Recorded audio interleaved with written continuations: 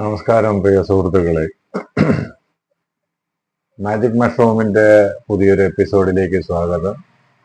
ഇന്ന് നമ്മൾ ചർച്ച ചെയ്യാൻ പോകുന്ന വിഷയം പൊല്യൂഷൻ കൺട്രോള് പാസ്സാകുന്നതിനും പുതിയ പൊല്യൂഷൻ നോംസിന്റെ നിയമങ്ങളും ഈ തരം കാര്യങ്ങളെ കുറിച്ചാണ്. അപ്പോൾ മാജിക് മഷ്റൂംസിന്റെ എപ്പിസോഡിലേക്ക് വീണ്ടും സ്വാഗതം. നിങ്ങളോടൊപ്പം പോയി.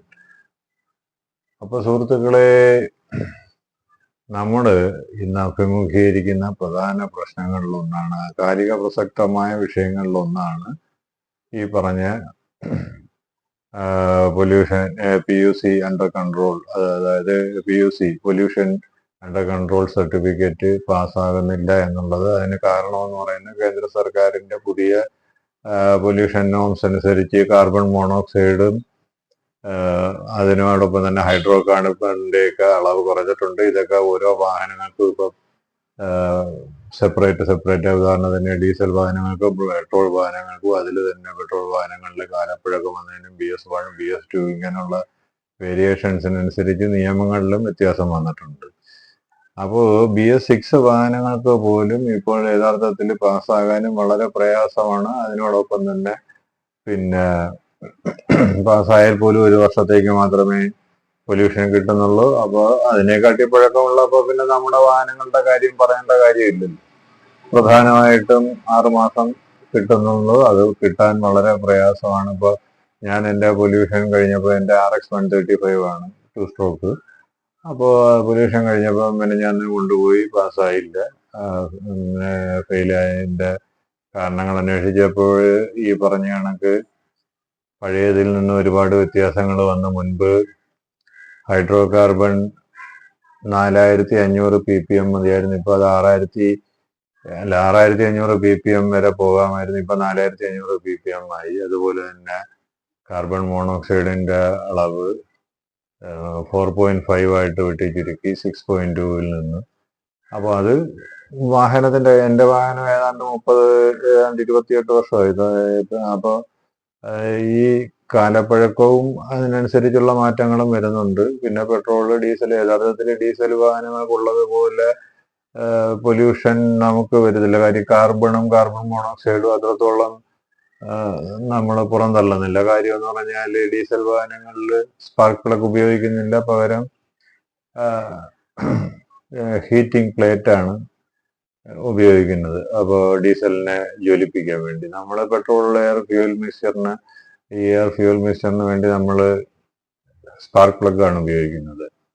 അപ്പോൾ പ്ലഗ് ഉപയോഗിക്കുമ്പോൾ സ്വാഭാവികമായിട്ടും കാർബൺ കുറവായിരിക്കും. അതുകൊണ്ടാണ് ഡീസൽ വാഹനങ്ങൾക്ക് പുക കൂടുതൽ വരുന്നത്, കറുത്ത പുക വളരെ കൂടുതലായിട്ട് വരുന്നതിൻ്റെ കാരണമാണ്. അതുപോലും പല വാഹനങ്ങൾ, ഹെവി എക്യുപ്മെന്റ്സും KSRTC അടക്കമുള്ള വാഹനങ്ങളുടെ പുറന്തള്ളുന്ന പുക കണ്ടു കഴിഞ്ഞാൽ നമുക്കിതൊന്നും അങ്ങോട്ട് ഇതൊക്കെ സാധാരണക്കാരനെ മാത്രം ബാധിക്കുന്ന വിഷയങ്ങളായിട്ട് തോന്നുന്നുണ്ട്. ഒപ്പം തന്നെ കേന്ദ്ര സർക്കാർ അടക്കമുള്ള ഈ പറഞ്ഞ കണക്ക് നിയമങ്ങൾ ഉണ്ടാക്കുന്നവര് പുതിയ വാഹനങ്ങൾ മേടിക്കട്ടെ എന്നും പുതിയ ഇലക്ട്രിക് വാഹനങ്ങൾ, ആദരം വാഹനങ്ങൾക്കുള്ള കൂടുതലായിട്ട് ആദരം വാഹനങ്ങൾക്ക് പിന്നെ പ്രാമുഖ്യം കൊടുത്തുകൊണ്ട് ചെയ്യുന്നതായിരിക്കാം ഇങ്ങനെ എന്നാണ് എനിക്ക് തോന്നുന്നത്. എന്തായാലും അപ്പൊ നമുക്ക് നമ്മുടെ വിഷയത്തിലേക്ക് വരാം. ഈ പറഞ്ഞതുപോലെ അന്ന് ഞാൻ മെനഞ്ഞാന്ന് എൻ്റെ വാഹനം ഫെയിലായപ്പോൾ, 2 സ്ട്രോക്ക് വണ്ടിയായിരുന്ന എൻ്റെ വാഹനം ഫെയിലായപ്പോൾ അപ്പൊ എനിക്കൊരു ആശ്വാസം കിട്ടിയെന്ന് പറഞ്ഞാൽ, താരതമ്യേന ഈ അടുത്ത കാലത്ത് തന്നെ ഉണ്ടായിരുന്ന ഒരു സ്പ്ലെൻഡറും ഒരു ഗ്ലാമറും, രണ്ടും ഏകദേശം ഈ അടുത്ത കാലത്തുള്ളതാണ്. 4 സ്ട്രോക്ക് വണ്ടിയാണ്. ഇത് രണ്ടും ഫെയിലായി. അപ്പൊ മനസ്സിനൊരു ആശ്വാസമാണ്. നമ്മൾ ഇത്രയും പഴക്കമുള്ള 2 സ്ട്രോക്ക് വണ്ടിയായിട്ട് ഫെയിലായതാണല്ലോ. പക്ഷെ ഞാൻ അതിനെക്കുറിച്ച് നോക്കിയപ്പോൾ, നമ്മൾ പഠിച്ചപ്പോൾ, നമ്മൾ ഗൂഗിൾ ചെയ്ത് നോക്കി, അറിയാവുന്നവരടുത്ത് കാര്യങ്ങൾ തിരക്കി, യൂട്യൂബിൽ വീഡിയോസ് ഒക്കെ നോക്കിയപ്പോൾ നമ്മൾ അറിഞ്ഞത് ഇത് എന്തുകൊണ്ടാണ് ഇപ്പൊ ഹൈഡ്രോ കാർബൺ കൂടുതൽ വരാൻ, കരി കൂടുതൽ വരാനുള്ള കാരണം, അല്ലെങ്കിൽ കാർബൺ മോണോക്സൈഡ് എക്സോസ്റ്റിൽ കൂടുതൽ വരാനുള്ള കാരണം. അപ്പൊ അതിന്റെ കാരണം കണ്ടെത്തിയിട്ട് അതിനെ റെക്ടിഫൈ ചെയ്താൽ മതിയില്ല. ആ റൂട്ട് കോസ് കണ്ടെത്തി അതിനെ റെക്ടിഫൈ ഈ പറഞ്ഞ കണക്ക് എഞ്ചിന്റെ പ്രവർത്തന ശേഷിയൊന്നും കൃത്യമായിട്ട് അറിയത്തില്ലെങ്കിലും നമുക്ക് സിമ്പിളായിട്ട് അങ്ങ് പറയാം. എന്തുകൊണ്ട് നമ്മൾ തോറ്റു എന്ന് സിമ്പിളായിട്ട് പറഞ്ഞാൽ ഇതാണ് കാര്യം. നമുക്ക് വളരെ ചുരുക്കം ചില സ്റ്റെപ്പുകളിലൂടെ, വലിയ പൈസ ചിലവൊന്നും ഇല്ലാത്ത ചുരുക്കം ചില സ്റ്റെപ്പുകളിലൂടെ നമുക്ക് ഇതിനെ തരണം ചെയ്യാവുന്നതാണ്. ഈസി ആയിട്ട് പാസ്സായി വരാം.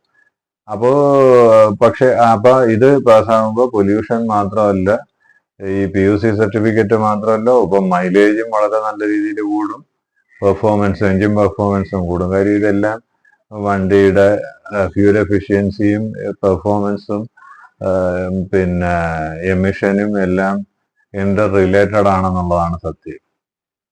അപ്പൊ നമ്മൾ 2 സ്ട്രോക്ക് വാഹനം 2 സ്ട്രോക്കാണ്, ഒന്ന് ഇൻടേക്കും ഒന്ന് എക്സോസ്റ്റും ആയിട്ടുള്ള സക്ഷൻ സ്ട്രോക്കും എക്സോസ്റ്റ് സ്ട്രോക്കും. അപ്പോൾ അതില് നമ്മൾ ഇപ്പൊ വെറും പെട്രോളിനല്ലല്ലോ കത്തിക്കുന്നത്. വെറും പെട്രോളിനാണ് കത്തിക്കുന്നതെങ്കിൽ 1 ലിറ്റർ പെട്രോളിന് 5 കിലോമീറ്റർ മാത്രമേ കിട്ടത്തുള്ളൂ മാക്സിമം. അപ്പോൾ പെട്രോളും ഓക്സിജനും കൂടെ ചേർന്നാണ് കത്തുന്നത്. ഈ ഓക്സിജനെ നമ്മൾ വായുവിൽ നിന്ന് എടുക്കുന്നു. അപ്പൊ ഈ വായുവിൽ നിന്ന് ഓക്സിജൻ എടുക്കാനായിട്ട് എയർ ഫിൽട്ടർ വഴിയാണ് എടുക്കുന്നത് ഫസ്റ്റ് ഓഫ് ഓൾ. അപ്പൊ ആദ്യത്തെ സ്റ്റെപ്പാണത്. എയർ ഫിൽറ്റർ ബോക്സ് അഴിച്ച് നല്ലതുപോലെ ബോക്സ് ക്ലീൻ ചെയ്യുക, എയർ ഫിൽറ്റർ മാറുക. എയർ ഫിൽറ്ററിന്റെ ബോക്സിന്റെ കവറിനകത്ത് പണ്ടുള്ളവരൊക്കെ ഈ ഹോളൊക്കെ ഇട്ട് വെച്ചിരിക്കുമായിരുന്നു കൂടുതൽ സെക്ഷൻ നടക്കാൻ വേണ്ടി. അങ്ങനെ എന്തെങ്കിലുമൊക്കെ ഉണ്ടെങ്കിൽ അതെല്ലാം ക്ലോസ് ചെയ്യുക. നല്ലതുപോലെ സീലന്റോ മറ്റോ കാര്യങ്ങൾ അനുസരിച്ച് വെച്ച് ക്ലോസ് ചെയ്യുക.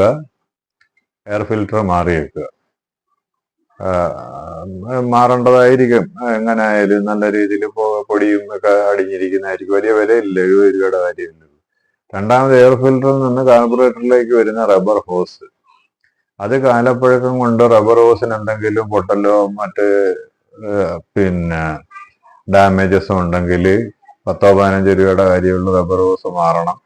മാറുമ്പോൾ 2 സൈഡിലും വരുന്ന ക്ലിപ്പിങ്, പിനിയൻ ടൈപ്പ് ക്ലിപ്പിങ് മെറ്റലിന്റെ, അത് ക്ലിപ്പ് ഇട്ട് നല്ലതുപോലെ അത് സേഫായിട്ട് സെക്യൂർ ആയിട്ട് നടത്തുക. കാർബറേറ്റർ മൂന്നാമത്തെ സ്റ്റെപ്പാണ്. കാർബറേറ്റർ ക്ലീൻ ചെയ്ത് ട്യൂൺ ചെയ്യുക എന്നുള്ളത്. കാർബറേറ്റർ ക്ലീൻ ചെയ്യാൻ നമ്മൾ വർക്ക്ഷോപ്പ് മേശ എടുത്ത് കൊണ്ടുപോയി പെട്രോൾ ഒഴിച്ച് ക്ലീൻ ചെയ്യാം. പൈസ ഉള്ളവരാണെങ്കിൽ ത്രോട്ടിൽ ക്ലീനർ പവർഫുൾ സ്പ്രേ ആയിട്ടുള്ളത് കിട്ടും. അപ്പോൾ അതുകൊണ്ട് ക്ലീൻ ചെയ്യാം. വർക്ക്ഷോപ്പ് മേശരി എടുത്ത് ചോദിച്ചിട്ട് ചെയ്യുക എന്താണ് ചെയ്യേണ്ടതെന്നുള്ളത്. അപ്പോൾ ഈ പറഞ്ഞത് കണക്ക് നമുക്ക് പിന്നെ പെട്രോൾ ഒഴിച്ച് ക്ലീൻ ചെയ്യാം, അല്ലെ ത്രോട്ടിൽ ക്ലീനർ കൊണ്ട് ക്ലീൻ ചെയ്യാം.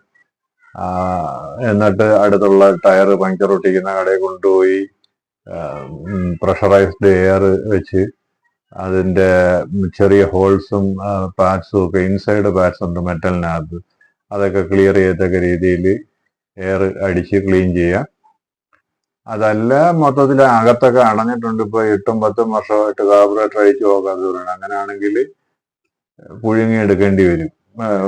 വെള്ളത്തിനകത്തിട്ട് നല്ല രീതിയിൽ ചൂടാക്കി എടുക്കണം. അതിന് ഹോട്ട് വാട്ടർ ട്രീറ്റ്മെന്റ് എന്ന് പറയും. അതൊരു ട്രീറ്റ്മെന്റ് തന്നെയാണ്. അപ്പോൾ അത് അങ്ങനെ പുഴുങ്ങിയെടുത്ത് നല്ല രീതിയിൽ ട്രീറ്റ് ചെയ്ത് എടുക്കുക. അപ്പൊ അങ്ങനെ ചെയ്യണമെന്നുണ്ടെങ്കിൽ അതിന്റെ ജെറ്റുകളൊക്കെ അഴിച്ചു മാറ്റിയിട്ട് ജെറ്റുകളിലൊക്കെ പിടിപ്പിച്ചിരിക്കുന്ന റബ്ബർ കമ്പോണൻസ് ഉണ്ട്, വാഷറുകൾ, ചെറിയ കുഞ്ഞു വാഷറുകൾ. അപ്പൊ അതൊക്കെ അഴിച്ച് മാറ്റിച്ചിട്ട് വേണം ചെയ്യാൻ. എന്നിട്ട് നല്ലതുപോലെ ക്ലീൻ ചെയ്ത